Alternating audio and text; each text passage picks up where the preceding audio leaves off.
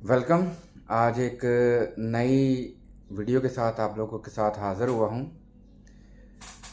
आज हम बात करेंगे आईन पाकिस्तान के अंदर 1973 का जो कॉन्स्टिट्यूशन ऑफ पाकिस्तान है। 1973 के अंदर जब ये लागू हुआ था, उस वक़्त प्राइम मिनिस्टर जनाब शहीद जुल्फ़िकार अली भुट्टो उन्होंने इस कॉन्स्टिट्यूशन को पास किया। और इस कॉन्स्टिट्यूशन में 1973 से लेके आज 2024 तक कितनी तरमीम हो चुकी हैं, इसके अंदर कितनी अमेंडमेंट हो चुकी हैं, वो आज हम डिस्कस करेंगे। आज की जो वीडियो है वो कवानीन के जो तालिब इल्म हैं उनके लिए एक बेहतरीन ज़रिया है। इस वीडियो के ज़रिए वो तमाम तरमीम को एक ही प्लेटफार्म के ऊपर लर्न कर सकते हैं, उसकी मालूमात हासिल कर सकते हैं। जो मुकाबले का इम्तिहान पास करते हैं, जिनको हम CSS कहते हैं या PMS कहते हैं, या जो मुख्तलिफ़ इम्तिहानात पास करते हैं, जैसे पब्लिक सर्विस कमीशन के इम्तिहानात होते हैं, या पुलिस के इम्तिहानात होते हैं, या इंटेलिजेंस के इम्तिहानात होते हैं, तो उसके अंदर ये सवाल जो होता है वो लाजमी तौर पे ऐड किया जाता है कि तमाम तरमीम में से एक तरमीम जो है वो लाजमी उस सवालात में से एक सवाल का हिस्सा बनती है। तो ये वीडियो आप तमाम लोगों के लिए है। अगर आप कोई भी इम्तिहान पास करना चाहते हैं और आप उसको याद करना चाहते हैं और आप उसके लिए थोड़ा सा मुश्किल हो रही है, तो ये मेरी वीडियो आप लोगों के लिए हेल्पफुल हो सकती है। तो जी जनाबे वाला, टाइम वेस्ट किए बिना आगे बढ़ते हैं। हम बात कर रहे थे कि आईन पाकिस्तान के अंदर जो तरमीम हो चुकी हुई हैं वो अब तक कितनी हो चुकी हुई हैं, वो किस किस साल में हुई हैं, उसको तब्दील करने का या आइन में तरमीम करने का जो बेसिक मकसद था वो क्या था, और ये हम बात करेंगे कि वो जो मकसद था वो पूरा हुआ भी है या नहीं हुआ। इसके ऊपर हम आज बात करेंगे। जी जनाबे वाला, सबसे पहली जो तरमीम हुई थी 1973 का कॉन्स्टिट्यूशन पास होने के साथ ही, क्योंकि 1973 में ये कॉन्स्टिट्यूशन पास हुआ इसलिए इसका नाम भी 1973 कॉन्स्टिट्यूशन ऑफ पाकिस्तान रखा जाता है। पाकिस्तान का जो ये आइन है ये आज तक पाकिस्तान की तारीख़ में, पाकिस्तान की बेहतरी में बहुत एक अमल अदा कर रहा है। ये एक जामिया जो है वो एक कानून है या आइन है हमारे पाकिस्तान के अंदर, जिसके ऊपर पाकिस्तान बेस्ड कर रहा है। ये यानी कि एज ए पिलर यूज़ हो रहा है पाकिस्तान का, जिसने पाकिस्तान को उठाया हुआ है। तमाम कवानीन जो हैं वो इसके अंदर मौजूद हैं पाकिस्तान को रन करने के लिए, किसी भी इदारे को। तो जी जनाबे वाला, पहला जो आइन के अंदर तब्दीली की गई थी, जो पहली अमेंडमेंट की गई थी, जो पहली तरमीम की गई थी, वो की गई थी 1974 के अंदर। और ये इसलिए की गई थी कि पाकिस्तान का जो हदूद दरबा है उसको अगेन जो है वो इनसर्कल किया जाए, ताकि जो पाकिस्तान की बाउंड्रीज़ के गिर्द गिर्द जो ममालिक हैं पाकिस्तान के अलावा, जो भी इसके साथ बाउंड्री लगती हैं, चाइना की है, अफ़गानिस्तान की है, ईरान की है, इसके अलावा सी लगता है, और इसके अलावा इंडिया सबसे बड़ा हमारा पास हमारा कंपेनियन है। तो उस दौरान हमने ये फील किया कि हमारी जो कॉन्स्टिट्यूशन में थोड़ी सी तब्दीली की जाए, वो ये है कि हमारी हदूद जो है, पाकिस्तान की जो बाउंड्री है, उसको अगेन जो है वो मैयर किया जाए, ताकि वो हमारी पाकिस्तान स्टडी के अंदर जो तालिब इल्म पढ़ते हैं उनके लिए आसानी हो सके। जी जनाबे वाला, दूसरी जो तरमीम की गई थी वो भी 1974 के अंदर की गई थी। ये one of the famous amendment है 1973 के आइन के अंदर। वो है जी कादियानियों को नॉन मुस्लिम करार देना। गैर मुस्लिम नहीं, नॉन मुस्लिम, यानी कि वो मुसलमान नहीं है। जैसे क्रिश्चियन हैं, इसके अलावा हिंदू हैं, इसके अलावा बुद्ध मत हैं, और भी बहुत सारी ज़ात मज़ाहिब हैं जो कि मुसलमानों के साथ नहीं रह सकते, लेकिन वो गो के हम एक परचम के नीचे रहते हैं। लेकिन मुसलमानों के अलावा जो यहूदी कहते थे कि हम मुसलमान हैं, उनको 1974 के कॉन्स्टिट्यूशन में सेकंड अमेंडमेंट जो थी वो ये सबसे बड़ी अमेंडमेंट थी। ये हमारे आइन के अंदर सबसे फेमस है। हमारे जो कवानीन के स्टूडेंट्स हैं उनके लिए भी ये थोड़ा सा आसान हो जाएगा कि ये जो सेकंड अमेंडमेंट है वो यहूदियों को गैर मुस्लिम करार देने की थी। ठीक है। थर्ड जो कॉन्स्टिट्यूशन के अंदर हमारे पास तब्दीली आई वो है जी 1975 के अंदर। 1975 के अंदर प्रिवेंटिव डिटेंशन की ये अमेंडमेंट है। इसका नाम प्रिवेंटिव डिटेंशन इसलिए रखा गया है कि पाकिस्तान की हिफाजत के लिए बहुत सारी एजेंसीज, बहुत सारे इदारे काम कर रहे हैं, लेकिन उन इदारों में काम करने वाले कुछ अफराद ऐसे भी होते हैं जो एंटी पाकिस्तान होते हैं, जो पाकिस्तान के मुखालिफ काम करते हैं। तो ये अमेंडमेंट पास करने का जो बेसिक मकसद था वो यही था कि जो पाकिस्तान के ख़िलाफ़ सरगर्मियों में अमल करने वाले लोग हैं उनको इस पाकिस्तान के आइन में तब्दील करके उनके ख़िलाफ़ एक ख़ास जो पनिशमेंट है वो डिसाइड की जाए। ठीक है, उसमें ये भी बताया गया कि प्रिवेंटिव डिटेंशन में कि अगर उनको एक गैर यानी कि जगह पे रखा जाता है जिसको बारे में तमाम लोगों को नहीं पता होता, तो उसकी मुद्दत जो है वो बढ़ा दी गई कि कहाँ 2 महीने रखा जाता है और अब वो नामालूम अफराद को नामालूम जगह पे नामालूम वक़्त तक रखा जा सकता है। इस डिटेंशन का या इस अमेंडमेंट का मकसद ये था।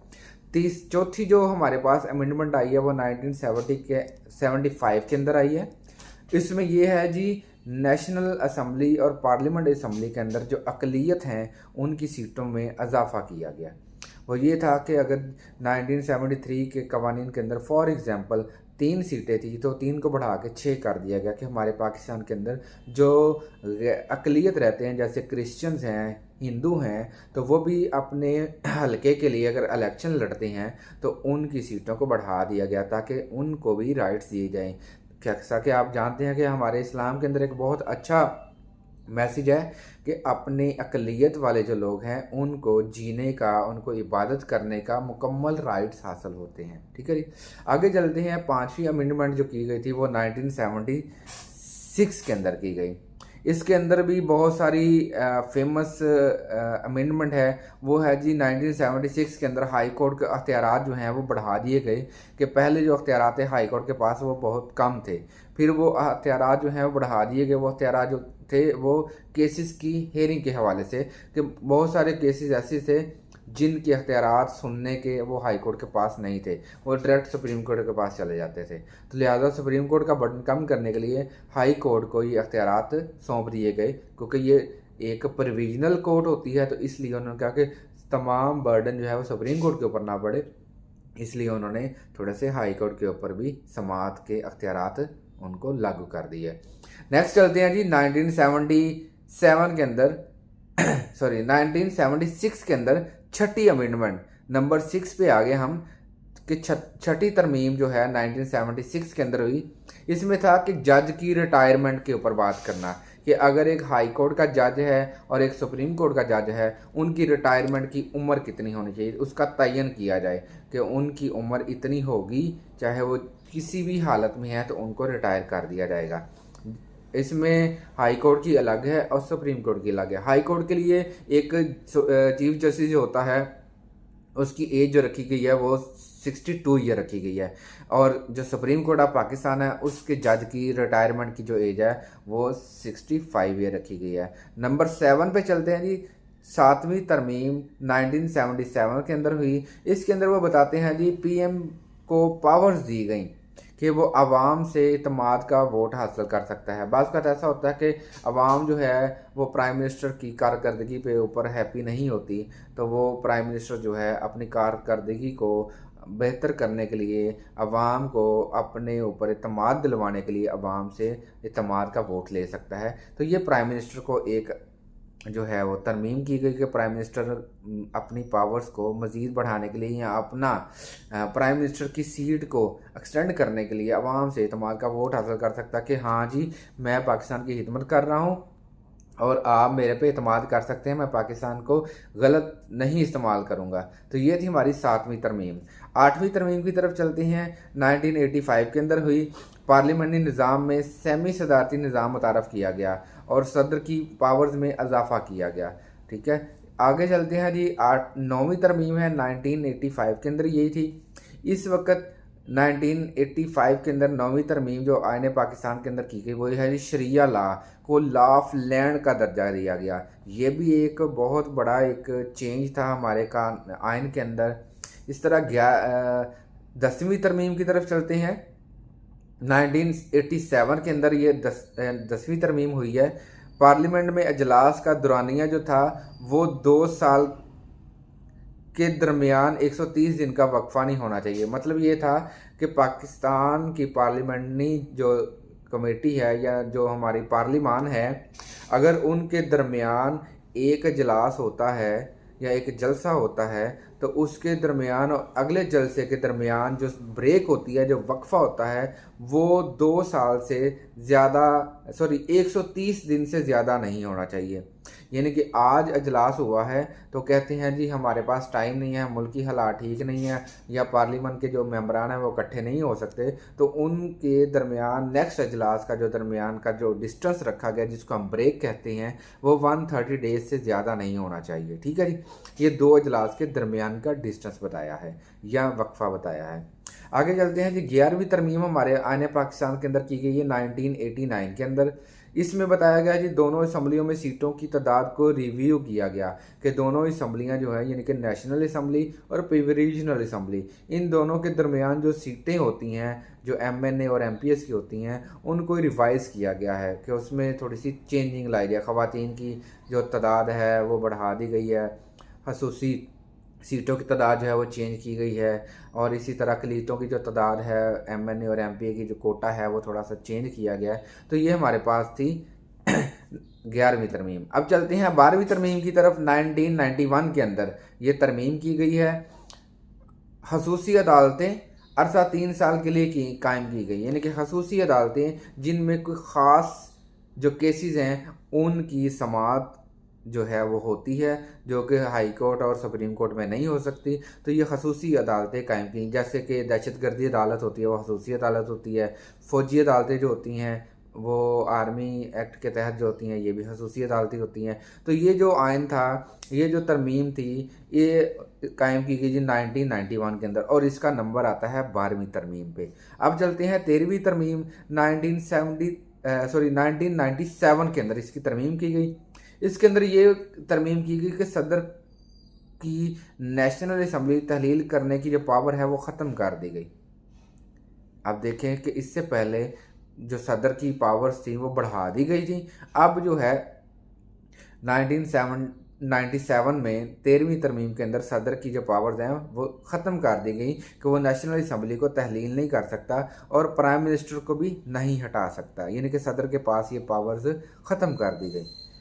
और नेक्स्ट जो है देखते हैं 14वीं तरमीम 1997 के अंदर ही आई। इसके अंदर कहता है जी मेंबरान पार्लियामेंट में डिफेक्ट की सूरत में ओहदों से हटाने का कानून पास किया गया कि यानी कि कोई पार्लियामेंट का मेंबर है, मिनिस्टर है, और वो उसके अंदर कोई ना कोई फॉल्ट है जिसमें पाकिस्तान में कोई नुकसान हो सकता है और वो ऑफिस को होल्ड किए हुए है, अगर उसमें कोई इफ़ेक्ट है तो उसको वहाँ से ओहदे से हटाने का जो कानून है वो पास कर दिया गया। ये भी एक अच्छा आइन था, तरमीम थी इसके अंदर, ताकि हम अपने पाकिस्तान को बेहतर अंदाज से चला सके, कोई पर्सनल जो है वो फ़ायदा ना उठाए, पाकिस्तान का फ़ायदा उठाए। 15वीं तरमीम के अंदर चलते हैं जी। 1998 के अंदर तरमीम की गई। ये जो है जी शरिया लॉ को लागू करने के बिल को पास ना किया गया। इसमें एक थोड़ी सी गलती कर देते हैं हमारे जो स्टूडेंट्स होते हैं। यहाँ पे लिखा जी शरिया लॉ को लागू करने के बिल को पास ना किया गया। ये ना जो है ये हमेशा याद रखिएगा। और ये तरमीम थी 15वीं। 16वीं तरमीम के अंदर चलते हैं जी। 1999 के अंदर कोटा सिस्टम जो था वो पहले 20 साल का था, जो कि 1973 के आइन के अंदर लिखा गया था, उसको चेंज कर दिया गया और वो बढ़ा दिया गया 40 ईयर तक। ठीक है जी। अब ये कोटा सिस्टम क्या है, इसके ऊपर हम वीडियो अलग बना देंगे ताकि आप लोगों को आसानी के साथ समझ आ सके। फिर चलते हैं जी 17 अमेंडमेंट जो है 17वीं तरमीम 2003 में की गई। सदर की पावर में इजाफा किया गया। जब सदर जरदारी सदर बने थे, मुशर्रफ जो हैं वो सदर बने थे, उन्होंने जब ये मुशर्रफ जो हैं वो सदर बने थे तो उनकी पावर्स में इजाफा किया गया था। इसी तरह 18वीं तरमीम के बारे में चलते हैं। ये 18वीं तरमीम माशाल्लाह पाकिस्तान आइन के अंदर बहुत सारी फेमस है। इसके अंदर बहुत सारी चीज़ें कवर होती हैं। सबसे फेमस जो है वो स्टूडेंट्स ऑफ लॉ हैं, जो उसमें जो 2010 के अंदर ये तरमीम की गई। इसमें NWF जो पी है, NWF एक पाकिस्तान का सूबा था जिसे नॉर्थ वेस्ट फ्रंटियर यानी कि एक सूबा था जो पठानों का सूबा है, उसको चेंज कर दिया गया बाय नेम। अब उसका नाम क्या रख दिया, खैबर पख्तूनख्वा, KPK के नाम से मशहूर है। इसका नाम तब्दील कर दिया गया। 2010 में सदर जरदारी थे जनाब, उन्होंने इसके अंदर तब्दीली में साइन किए और आर्टिकल 6 को मुतारफ़ किया गया। Article 6 one of the famous article है पाकिस्तान के आइन के अंदर। इसके ऊपर बहुत सारी बहस भी होती है असम्बलियों के अंदर, पार्लियामान के अंदर, और आम टॉक शो के ऊपर भी बहस होती है, अदालतों के अंदर भी इसके ऊपर काफ़ी बहस होती है। सदर को जो है वो नेशनल असम्बली तहलील नहीं कर सकता, उसकी पावर्स को भी ख़त्म कर दिया गया। तो ये 18वीं तरमीम पाकिस्तान के अंदर वन ऑफ द फेमस जो है तरमीम कंसिडर की जाती है। आगे चलते हैं जी, हमारे पास जो तरमीम आ जाती है 19वीं तरमीम है। 19वीं तरमीम जो है वो 2010 में बनाई गई या लाई गई। इस्लामाबाद हाई कोर्ट कायम की गई। पाकिस्तान के अंदर पहली दफ़ा इस्लामाबाद जो है कैपिटल हमारा पाकिस्तान का है, उसके अंदर इस्लामाबाद हाई कोर्ट कायम की गई ताकि जो कैपिटल के मामलात हैं, जो फेडरल लेवल के मामलात हैं, वो उसी हाई कोर्ट में जो है वो उनकी हेयरिंग हो और जजेस की तैनाती के ऊपर असूल जो हैं वो वज़ा किए गए। आगे देखते हैं जी, 20वीं तरमीम हमारे पाकिस्तान के अंदर 2012 में आई। साफ शफाफ इंतखाबात के लिए चीफ इलेक्शन कमिश्नर को तब्दील करके इलेक्शन कमीशन ऑफ पाकिस्तान में तब्दील कर दिया गया 2012 में, क्योंकि 2013 में इलेक्शन होने थे तो 2012 में इसके ऊपर वर्किंग हुई। तो उन्होंने कहा जी जो चीफ इलेक्शन कमिश्नर है इसका नाम तब्दील करके, क्योंकि पाकिस्तान के ऊपर हो रहे हैं इलेक्शन, जनरल इलेक्शन होते हैं, तो इसका नाम तब्दील करके इलेक्शन कमीशन ऑफ पाकिस्तान रख दिया गया। 21वीं तरमीम जो है वो एक बहुत बड़ा चेंज है हमारे आने पाकिस्तान के अंदर। वो एक तारीख भी काफ़ी फेमस है, एक डार्क सर्कल भी है हमारी तारीख के अंदर कि 2015 के अंदर APS के ऊपर अटैक हुआ था और उसके बाद जो है एक नया आइन तब्दील किया गया। उसमें ये था कि मिलिट्री कोर्ट्स जो हैं वो मुतारफ़ करवाई गए। मिलिट्री कोर्ट्स का मकसद ये था कि क्योंकि दहशतगर्दी जो अमल होता है उनके अंदर जो मुलव्वस लोग होते हैं उनका ट्रायल जो है, उनके जो मुकदमात हैं वो मिलिट्री कोर्ट्स के अंदर जो है वो चलाए जाएं ताकि हम आसानी के साथ उन दहशतगर्दों को ख़त्म किया जा सके, उनको सज़ा दी जा सके। 22वीं तरमीम की तरफ आते हैं जी। 2016 में 22वीं तरमीम मुतारफ़ करवाई गई। आईन पाकिस्तान के अंदर chief election commission of Pakistan की अहलियत का दायरा कार तब्दील कर दिया गया। पहले जो था वो इलेक्शन कमिश्नर जो था वो एक ख़ास प्राइवेट बंदा होता था।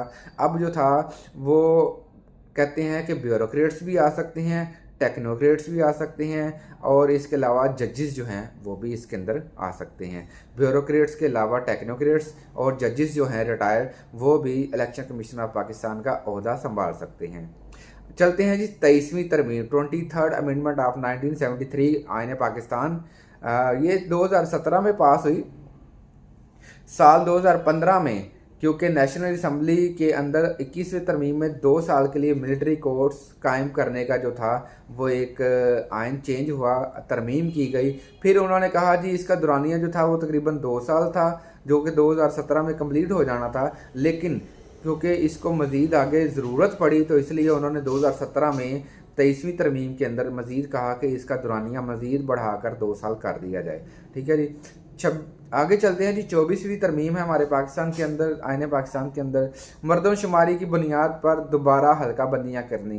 यानी कि इसका मकसद ये था कि मुख्तलिफ इलाकों में जब आल पाकिस्तान के अंदर मरदमशुमारी की जाती थी तो लोग जो थे वो कहते थे कि आप तादाद जो हैं वो कम काउंट करते हैं, इसमें कोई ना कोई ख़राबी होती है। तो इसके ऊपर भी उन्होंने एक अमेंडमेंट चेंज की कि मरदमशुमारी की बुनियाद पर नई हल्कियाँ बंदियाँ की गई कि कुछ ऐसे इलाके थे जहाँ पे बहुत सारी आबादी शो करवाई जाती थी, बहुत सारे ऐसे इलाके थे जहाँ पे बहुत कम आबादी शो करवाई जाती थी। तो उन्होंने कहा कि हम इस आबादियों को, इन में जो बसने वाले लोग हैं उनकी तादाद के अकॉर्डिंग जो हैं हम इसके अंदर तब्दीली ला सकते हैं और नई हल्का बंदियाँ की गई 2017 की मरदमशुमारी में, क्योंकि आगे 2018 का इलेक्शन आने वाला था तो इसलिए हमें पहले ये वर्किंग करनी थी। आगे चलते हैं 2018 के अंदर यानी कि 2018 के अंदर 25वीं तरमीम की गई। इसके अंदर क्या तब्दील किया गया वो ये था कि फाटा को KPK में मिलाने की हदूद पर दस्तखत किए गए सदर ने। यानी कि फाटा जो था वो एक अलग इलाका था जो कि पहले केपीके का हिस्सा नहीं था, तो उन्होंने केपीके के अंदर इसको मर्ज किया, उसका हिस्सा बना दिया और उसकी अमेंडमेंट के ऊपर सदर पाकिस्तान जो थे उन्होंने इसके ऊपर साइन किए। तो 2018 के अंदर ये सदर जो थे जनाब आरफ अलवी साहब थे, उन्होंने इसके ऊपर साइन किए। फिर चलते हैं जी 2024, 20 अक्टूबर 2024 को 26वीं तरमीम जो रिसेंटली पाकिस्तान के अंदर काफ़ी फेमस है, क्योंकि अभी हाल ही में इस तरमीम को जो है लागू किया गया है। इसके अंदर भी बहुत सारी तब्दीलियां की गई हैं। 20 अक्टूबर 2024 को ईवान में मंजूर हुई और जब पार्लियामेंट को इसकी मंजूरी का इजलास क्योंकि 21 अक्टूबर तक जारी रहा, क्योंकि इसके ऊपर काफ़ी बहस हुई, तो ये तकरीबन 2 दिन तक इसके ऊपर बहस होती रही पार्लियामान के अंदर, नेशनल असम्बली के अंदर और सेनेट के अंदर। उसके बाद इसको तब्दील किया गया, इसके ऊपर तरमीम की गई। आईन पाकिस्तान के अंदर लेटेस्ट जो है वो 26वीं तरमीम है। जो CSS के मुकाबले के इम्तिहान या PMS के जो पेपर्स देते हैं, जो पब्लिक सर्विस कमीशन के इम्तिहान जो देते हैं, जो कवानीन के इम्तिहान देते हैं, उनके लिए ये आज अगर पेपर को वो देते हैं तो वो इसके ऊपर सवाल ज़रूर आएगा कि 26वीं तरमीम जो है वो क्यों की गई, इसके पीछे रीज़न्स क्या थी। इसके ऊपर भी हम एक डिटेल वीडियो बनाएंगे क्योंकि इसके अंदर अभी थोड़ी सी तब्दीलियाँ आनी हैं। तो इसका थोड़ा सा जो क्रक्स है वो आपको बताता चलूँ कि जो 26वीं तरमीम है 20 अक्टूबर 2024 को आई है, इसमें कहा गया है जी अदालतों का निज़ाम थोड़ा सा चेंज कर दिया गया। वो ये है जी, सुप्रीम कोर्ट ऑफ पाकिस्तान का जो जज है वो कौन डिसाइड करेगा, इसके ऊपर मैंने वीडियो बना चुका हुआ हूँ कि सुप्रीम कोर्ट ऑफ पाकिस्तान का जज वो कैसे इलेक्ट करेंगे। इसका डिस्क्रिप्शन में मैं वीडियो का लिंक दे दूंगा, आप मेरी वीडियो देखकर आसानी के साथ उसमें अंडरस्टैंड कर सकते हैं कि तरमीम की गई है कि हमारा जो जज होगा सुप्रीम कोर्ट ऑफ पाकिस्तान का वो कैसे इलेक्ट होगा।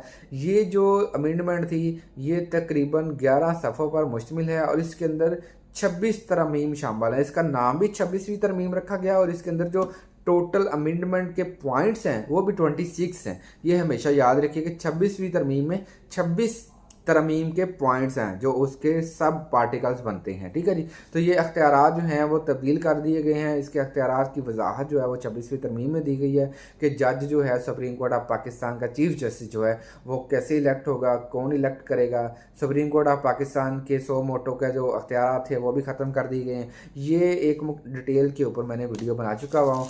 वंस अगेन अगर आपको मेरी वीडियो अच्छी लगी है तो इसको सब्सक्राइब लाजमी कीजिएगा। Thank you for human law chamber.